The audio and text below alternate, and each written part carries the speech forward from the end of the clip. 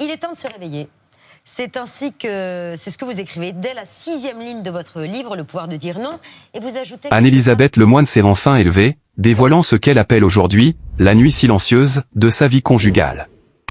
Imaginez-vous cette scène, les projecteurs braqués, chaque seconde comptée, et au cœur de tout cela, une femme forte, connue, admirée, qui avoue avoir marché pendant des années sur des braises invisibles. Elle, qui règne avec élégance sur les plateaux, qui allie finesse, curiosité et humanité dans sa voix, révèle aujourd'hui ce que peu osent exposer, un mariage qui n'était pas celui des rêves, mais un cauchemar dans lequel elle s'était perdue. Elle se souvient du début, évidemment, comme tout conte qui commence par « il »,« elle »,« nous ». L'amour flamboyait, les promesses résonnaient, et le décor semblait planté pour une vie de complicité. Puis progressivement, comme un rideau qui tombe lentement, l'éclat s'éteignit. Les sourires devinrent figés, les silences, assourdissants. Les confidences se sont muées en doute, les regards échangés en distance immense. Anne-Elisabeth nous entraîne dans ce labyrinthe de souffrance et de désillusion. J'ai cru au bonheur installé, j'ai cru à ces matinées douces où l'on se réveille l'un auprès de l'autre en se sentant en sécurité. Et puis j'ai compris que cette douce illusion avait des fissures. Je les entendais, parfois, dans la chambre, dans les pas qui ne revenaient pas, dans cet écho long et tremblant de mots qui ne se disaient plus. Ces mots coupent l'air comme un couteau, mais ils portent aussi la grandeur de la vérité. Elle avoue avoir, parfois, compté les minutes avant que les portes ne claquent, avoir senti le poids de la solitude malgré la présence. La salle de bain, un refuge? Non, un sanctuaire de larmes muettes. Le dîner partagé? Un plateau froid, un sourire poli, une conversation morte. Mais plus encore, elle évoque cette violence sourde, non pas les éclats flamboyants que le monde remarque, mais les micro-attaques, les sous-entendus, la tendresse volée, le respect étouffé. Je me souviens de cette phrase qui revenait, lancinante, je ne suis pas certain que ce soit ce que j'avais imaginé. Et moi, je me taisais, j'espérais, je ravaudais nos jours comme on recoudrait une voile déchirée. Elle parle de cette façade qu'elle a tenue, jour après jour, pour ses enfants, pour ses téléspectateurs, pour ce personnage public qu'elle s'est incarné. Mais cela avait un prix. Et ici, il convient de la saluer. À chaque mot, Anne-Elisabeth nous rappelle pourquoi elle est bien plus qu'une animatrice, elle est une femme de courage, une voix qui s'élève, une silhouette qui ne se courbe pas devant l'injustice intime. Quand elle dit « j'en suis sortie », ce n'est pas seulement une libération, c'est un triomphe. J'ai pris la décision de la vérité non pas pour faire éclater l'autre, mais pour me retrouver moi. Elle raconte la douleur de l'annonce, le regard des proches, la peur de choir dans le silence. Mais elle raconte aussi et surtout la fierté de s'affranchir. Le crescendo de son récit atteint un point où l'on retient son souffle.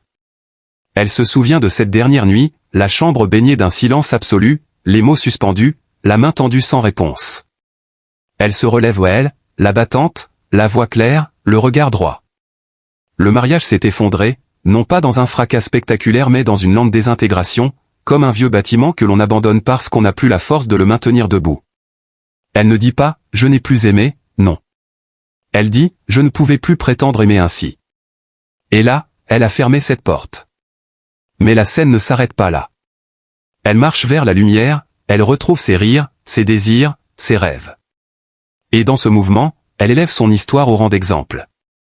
Quand j'ai revendiqué ma dignité, j'ai appris que la colère ne me détruirait pas, elle me réveillerait.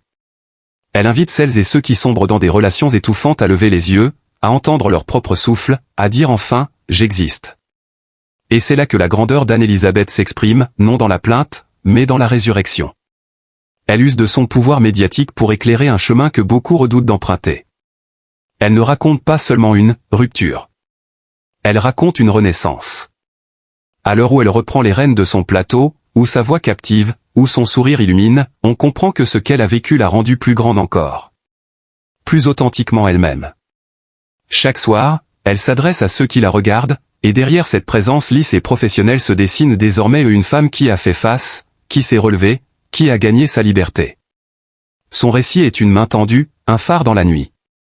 Elle transforme la douleur en force, l'absence en présence, la soumission en affirmation. Et tandis que le monde la regarde, fascinée, admirative, elle incarne ce message puissant, on peut sortir de l'ombre, on peut recouvrer sa vérité, on peut redevenir souverain de sa vie. Anne-Elisabeth Lemoine n'est pas seulement celle qui pose les questions à l'écran, c'est celle qui élève la dignité, éclaire le chemin, incarne la résilience. Elle en parle avec cette pudeur rare, celle de ceux qui ont trop longtemps gardé le silence. Les mots qu'elle choisit ne sont jamais amers, ils sont lucides, précis, presque poétiques. On la sent habitée par une force tranquille, forgée dans l'épreuve. Sur les plateaux, son rire franc éclate à nouveau, mais derrière ce rire, ceux qui la connaissent bien perçoivent désormais une profondeur nouvelle, celle d'une femme qui a traversé l'orage et qui a appris à danser sous la pluie. J'ai compris que l'on peut survivre à tout, à condition de ne plus se mentir, confie-t-elle, le regard droit, presque incandescent.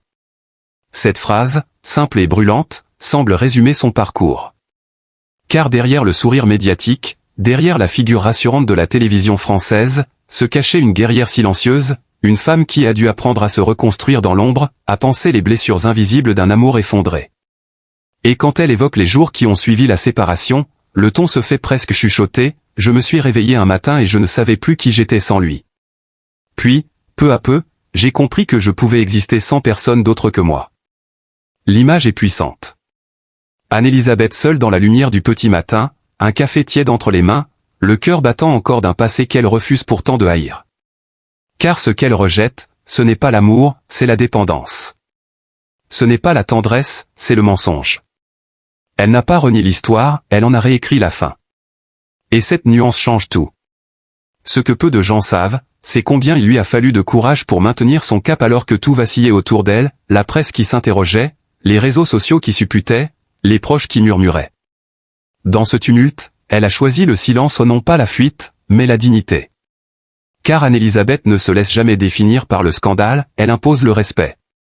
Elle a traversé cette tempête sans crier, sans accuser, sans se cacher.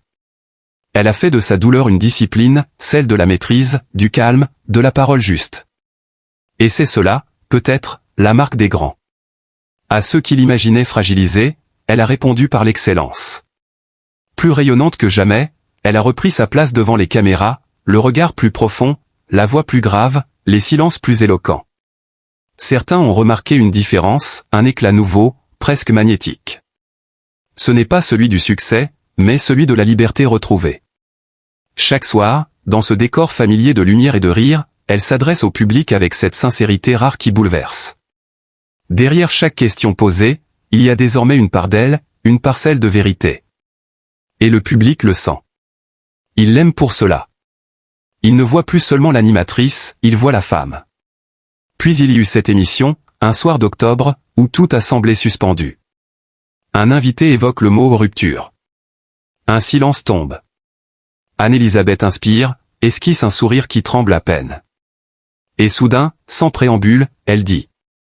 Vous savez, on ne se remet jamais totalement d'un amour qui a mal tourné. On apprend simplement à vivre autrement, à aimer autrement, à se reconstruire sans se renier. Un frisson parcourt le plateau. Le public se tait. Le moment est d'une pureté absolue. On sent que, derrière ces mots, c'est tout un monde intérieur qui s'exprime, un monde de cicatrices, mais aussi de renaissance. Car oui, elle est revenue à la vie. Lentement, fièrement, intensément. Elle a réappris à rire sans trembler, à pleurer sans honte, à se regarder dans le miroir sans détourner les yeux. Je crois qu'il faut accepter d'avoir eu mal pour redevenir entier, dit-elle encore. Et à travers elle, c'est une génération entière de femmes qui se reconnaît. Des femmes fortes, indépendantes, souvent admirées, mais parfois enfermées dans le rôle que la société leur impose. Des femmes qui donnent tout, mais qui, trop souvent, s'oublient elles-mêmes. Anne-Elisabeth leur rend hommage à travers son propre combat.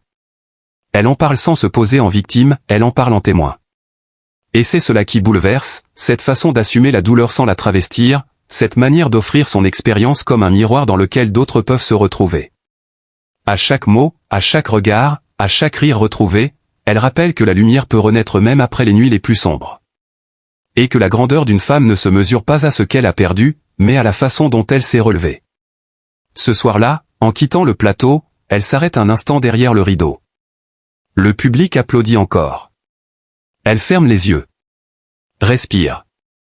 Le bruit du monde s'efface un instant. Et dans ce silence, elle se dit enfin, je suis libre. Mais cette liberté, elle la sait fragile. Elle ne la brandit pas comme un étendard, elle la protège comme un secret précieux. Car derrière les sourires, il y a encore des nuits de doute, des éclats de souvenirs, des voix du passé qui reviennent murmurer. Pourtant, à chaque matin, elle choisit de se relever. À chaque regard, elle choisit la clarté. À chaque instant, elle choisit la vie. Et dans ce choix quotidien, discret mais colossal, réside toute la noblesse d'Anne-Elisabeth Lemoine. Celle d'une femme qui a connu la douleur sans se laisser détruire. Celle d'une âme qui transforme le chagrin en lumière. Celle d'une voix qui, désormais, ne tremble plus. Mais derrière cette force retrouvée, il y a un secret. Une vérité encore enfouie, qu'elle n'avait jamais osé révéler, même aux plus proches. Car ce que le public ignorait, ce que même certains de ses collaborateurs n'avaient jamais perçu, c'est que le cauchemar conjugal d'Anne-Elisabeth Lemoine n'avait pas seulement été fait de silence et d'indifférence. Non, il y avait plus. Quelque chose de plus sourd, de plus insidieux, de plus dévastateur, la lente érosion de son estime d'elle-même.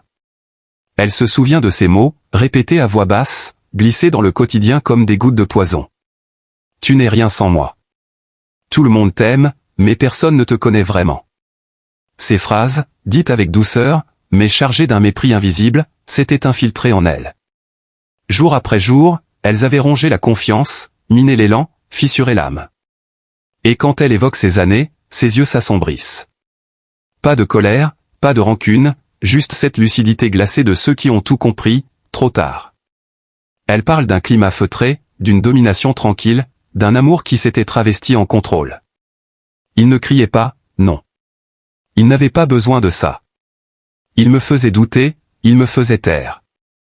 Il avait l'art de m'amener à penser que j'exagérais, que j'étais fragile, que tout venait de moi.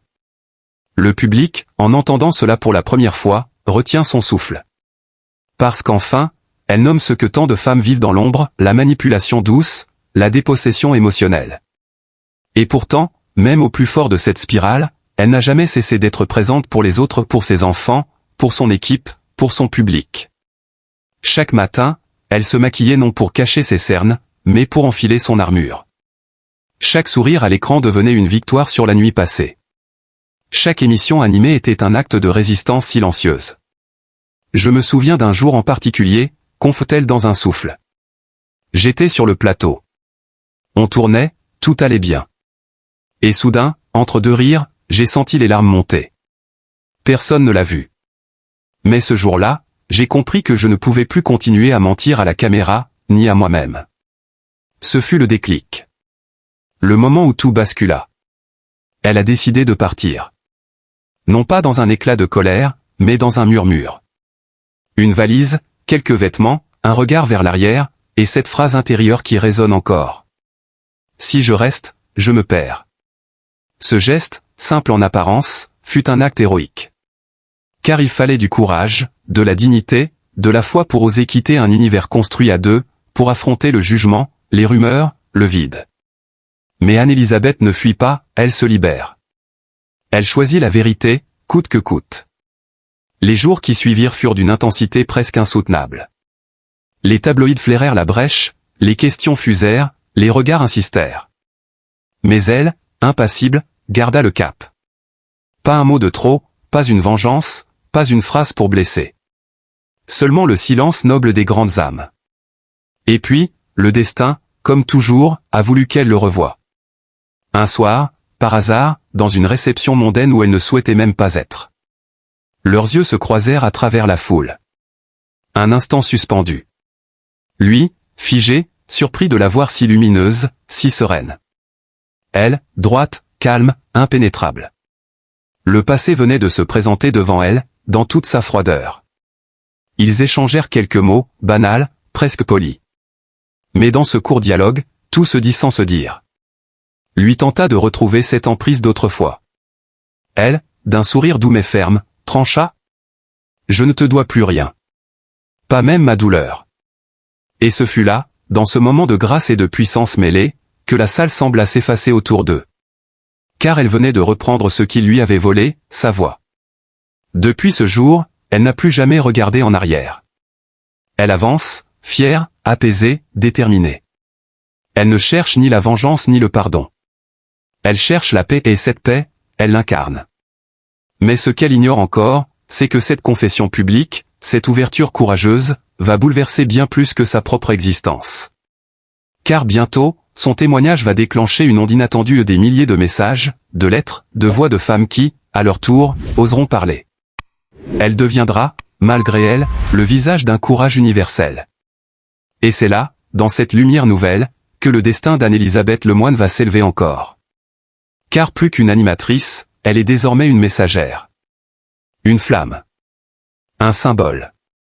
Et pourtant, derrière cette victoire éclatante, une question demeure, suspendue, brûlante. Qu'a-t-elle vraiment vécu, dans le secret de ces nuits où elle se taisait encore?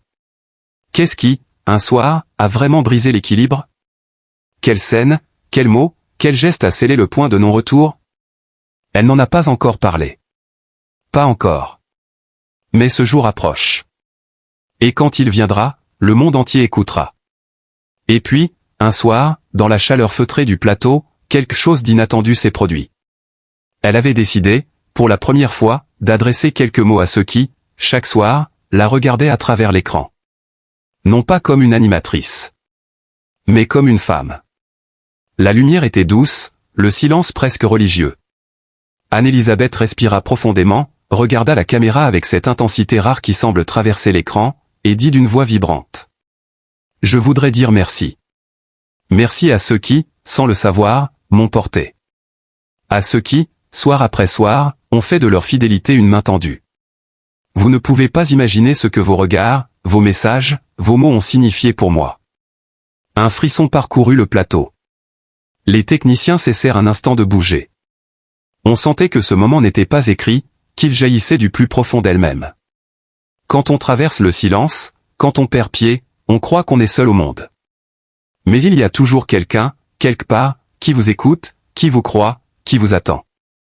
Et ce quelqu'un, c'est souvent vous, le public. Vous avez été ma lumière quand tout semblait s'éteindre. Vous avez été, sans le savoir, mon souffle. Ses yeux brillaient, non pas de tristesse, mais de reconnaissance. C'était la première fois qu'elle brisait ainsi le mur invisible entre l'écran et la vie. Elle ne jouait plus un rôle, elle témoignait. Et dans ce moment suspendu, tout ce qu'elle avait enduré, les doutes, les humiliations, les nuits sans sommeil semblaient trouver un sens. Parce qu'à travers cette douleur, elle avait rejoint quelque chose de plus grand, l'humain. Elle poursuivit, plus émue encore. Je reçois chaque jour des mots de femmes, d'hommes aussi, qui me disent, grâce à toi, j'ai trouvé le courage de partir, de parler, de vivre autrement. Je ne sais pas si je le mérite, mais je veux que vous sachiez à quel point vos mots me touchent. Vous m'avez rappelé pourquoi je fais ce métier, pour relier, pour comprendre, pour partager. À cet instant, ce n'était plus une journaliste. C'était une âme nue, debout, portée par l'amour de ceux qu'elle avait, sans le vouloir, inspiré. Et puis elle sourit ce sourire immense, solaire, qui la rend unique. Je crois profondément que la télévision n'a de sens que si elle relie les cœurs. Si ce que j'ai vécu peut aider ne serait-ce qu'une personne à se sentir moins seule, alors cette douleur n'aura pas été vaine. Elle marqua une pause. Les caméras continuaient de tourner, mais le temps semblait s'être arrêté. Ce soir-là, le public ne regardait pas une émission, il assistait à un moment de vérité. Et dans cette vérité, il y avait toute la grandeur d'Anne-Elisabeth Lemoine. Sa capacité à transformer la fragilité en force, la blessure en lumière, la solitude en partage. Dans les jours qui suivirent, la rédaction reçut des centaines de messages. Des lettres écrites à la main, des mails tremblants d'émotion, des témoignages bouleversants. Des femmes qui remerciaient Anne-Elisabeth d'avoir mis des mots sur leur silence. Des hommes qui disaient redécouvrir la force du respect, la beauté du courage. Des mères, des filles, des couples. Tous parlaient d'elle comme d'un phare. Et lorsqu'elle lut ces messages, seule dans sa loge, elle ne put retenir ses larmes. Mais cette fois, ce n'était plus des larmes de douleur. C'était des larmes de reconnaissance. De vie retrouvée. Elle murmura alors, presque pour elle-même. Merci de m'avoir tenu debout quand je croyais tomber. Merci de m'avoir regardé sans me juger. Merci de m'avoir rendu à moi-même. Elle savait qu'elle ne serait plus jamais la même. Car désormais, ce lien invisible avec le public était devenu une armure, une famille, une force. Une alliance silencieuse entre elle et des millions de regards bienveillants. Et c'est peut-être là, dans ce dialogue muet entre la scène et le cœur, que réside le plus beau miracle de sa renaissance. Oui, Anne-Elisabeth Lemoine avait connu le naufrage. Mais grâce à ceux qui l'ont regardée sans détour, elle avait retrouvé la rive. Et dans ce regard collectif, elle avait découvert une vérité universelle. On ne se sauve jamais seul.